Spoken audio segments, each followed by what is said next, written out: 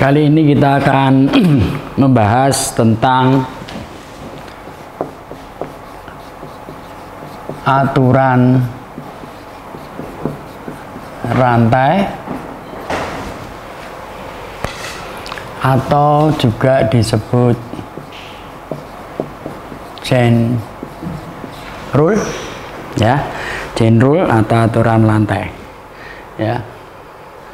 Itu kita akan menggunakan notasi Leibniz.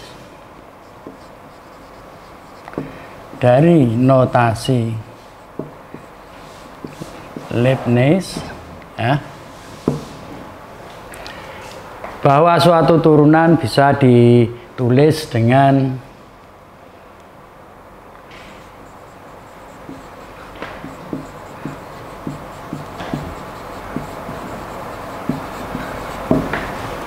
dapat ditulis dengan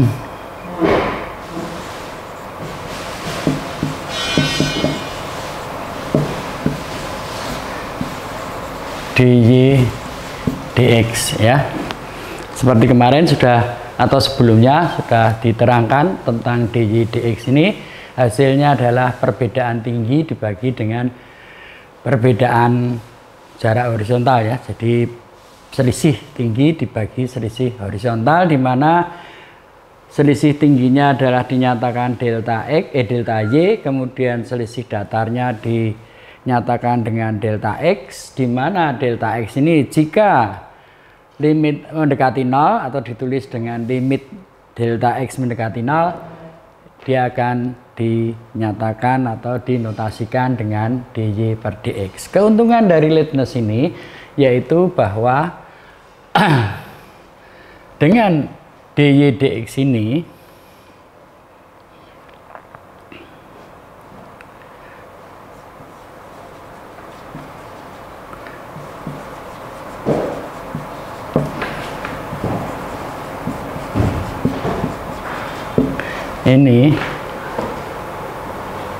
dapat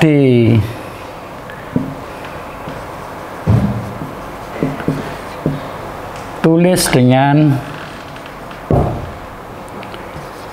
dy dx sama dengan saya sisipi dengan dy dp kali dp dx, ya.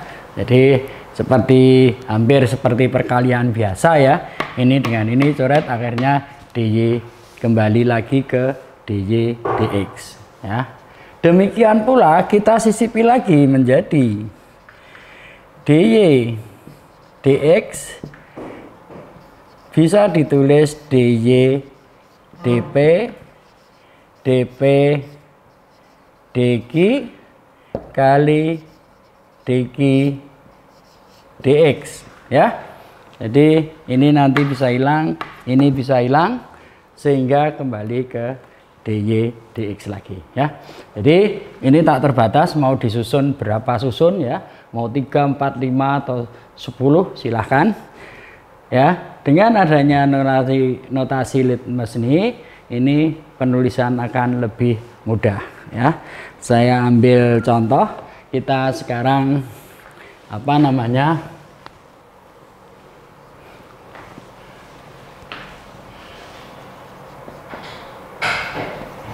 contohnya adalah carilah turunan dari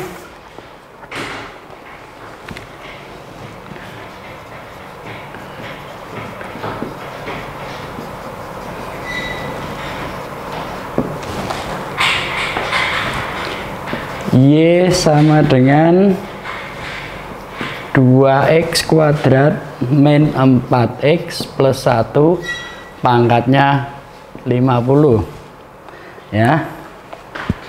Tentu saja kalau kalian sebelumnya menulis, kalau misalnya contohnya adalah y sama dengan hanya 2x kuadrat min 4x plus 1, maka y aksennya sama dengan tinggal 4x min 4, ya. Kalau y nya sama dengan misalnya 2x min 1 kuadrat, maka Y aksennya tinggal ini dikalikan, diuraikan, kemudian diturunkan satu per satu ya. Ini sama dengan saya tulis misalnya di sini kalau ini kuadrat 4x kuadrat minus 4x plus 1 ya. Seperti ini, sehingga Y aksen sama dengan 8x min 4 ya. Seperti ini ya. Tapi kalau angkat pangkatnya 50, kita tidak mungkin mengalihkan satu per satu sampai 50 ya. Jadi ini dengan cara ini kita misalkan di sini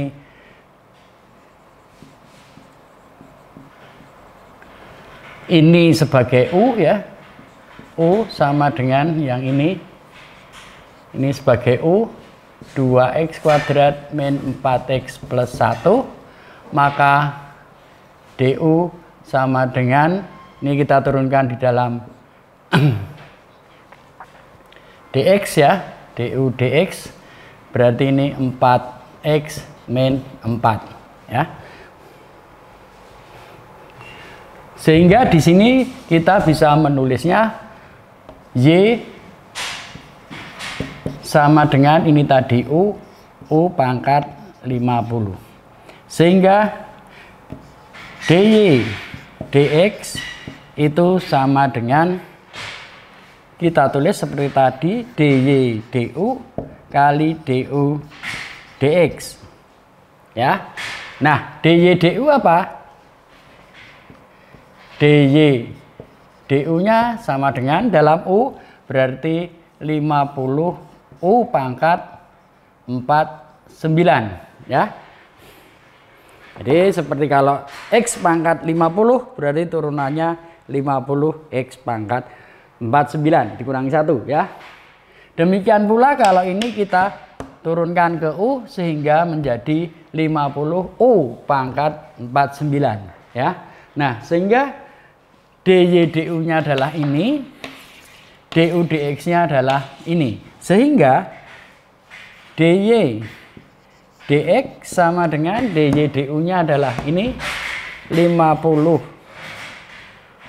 U pangkat 49 kali du dx nya adalah 4x min 4. Sehingga hasil akhirnya adalah 50, U nya tadi apa?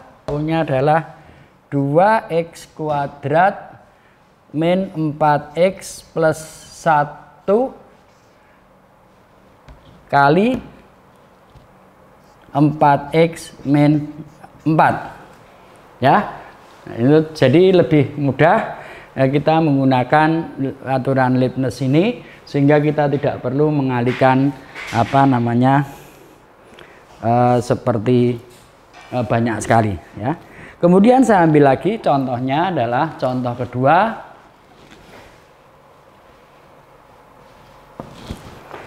Carilah turunan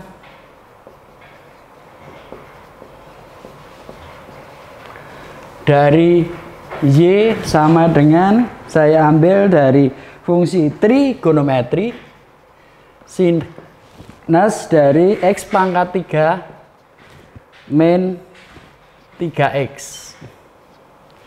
ya, begitu. Nah, jawabnya adalah, misalnya kita misalkan yang ini adalah, kalau tadi P tadi U, sekarang ganti P, sama saja, ini hanya notasi, boleh P, Q, R dan seterusnya ya. Misalkan P sama dengan X pangkat 3 min 3x, berarti nanti dP dx nya ini kita turunkan ke X menjadi 3x kuadrat min 3. Kemudian karena ini tadi P sama dengan X pangkat 3 min 3x, berarti ini adalah Y sama dengan sin P ya. Sehingga ini adalah P, ini kita tulis sin P, begitu. Sehingga kita bisa mencari DY dy dx-nya adalah dy dp kali dp dx. Nah, kita ini hilang ya, sama. dy dp-nya adalah mana tadi? Maaf. Ini dy dp-nya adalah sin diturunkan di dalam P menjadi cosinus P. Ya. Begitu. Sehingga dy dp-nya adalah cosinus P kali dp dx-nya adalah 3x kuadrat min 3. Atau hasil akhirnya adalah cosinus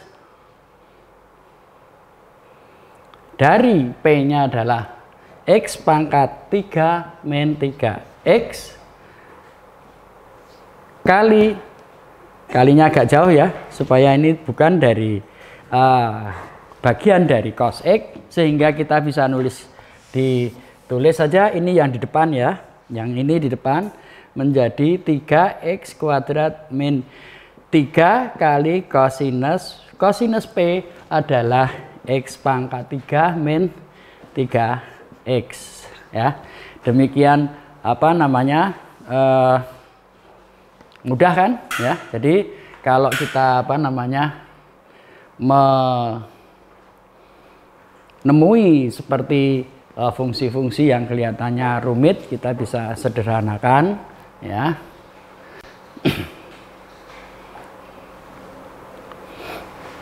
Itu. Jadi kalau saya ambil lagi contohnya, misalnya seperti ini ya. Contoh ketiga adalah Y sama dengan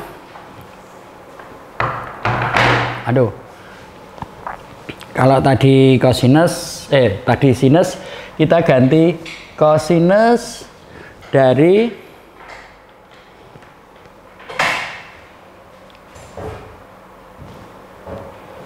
X pangkat 3 min 3X, tapi dipangkatkan misalnya 20. Nah, jadi tambah bingung ya. Jadi cosinus yang ini hampir sama dengan itu, saya pangkatkan 20. Sebenarnya mudah, yaitu kalau kita ingat, kita sudah tahu langkah-langkah dari aturan rantai, yaitu Y aksen ya, diperhatikan kosinusnya apa? Turunannya adalah minus sinus X pangkat 3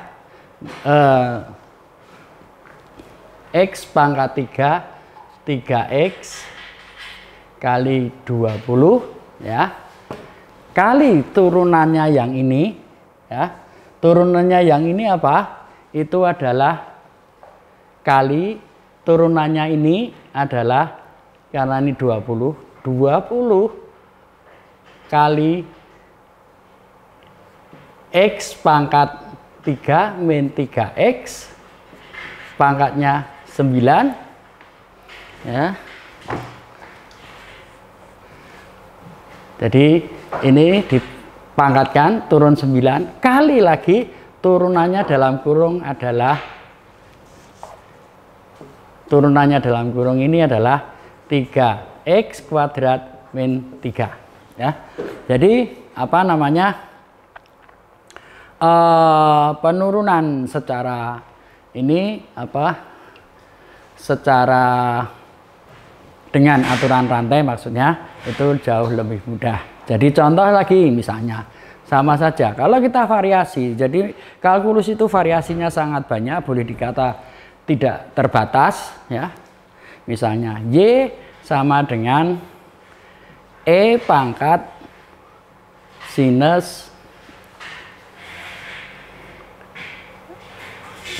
3X pangkat 3 atau X kuadrat misalnya, X kuadrat min 3X, begitu.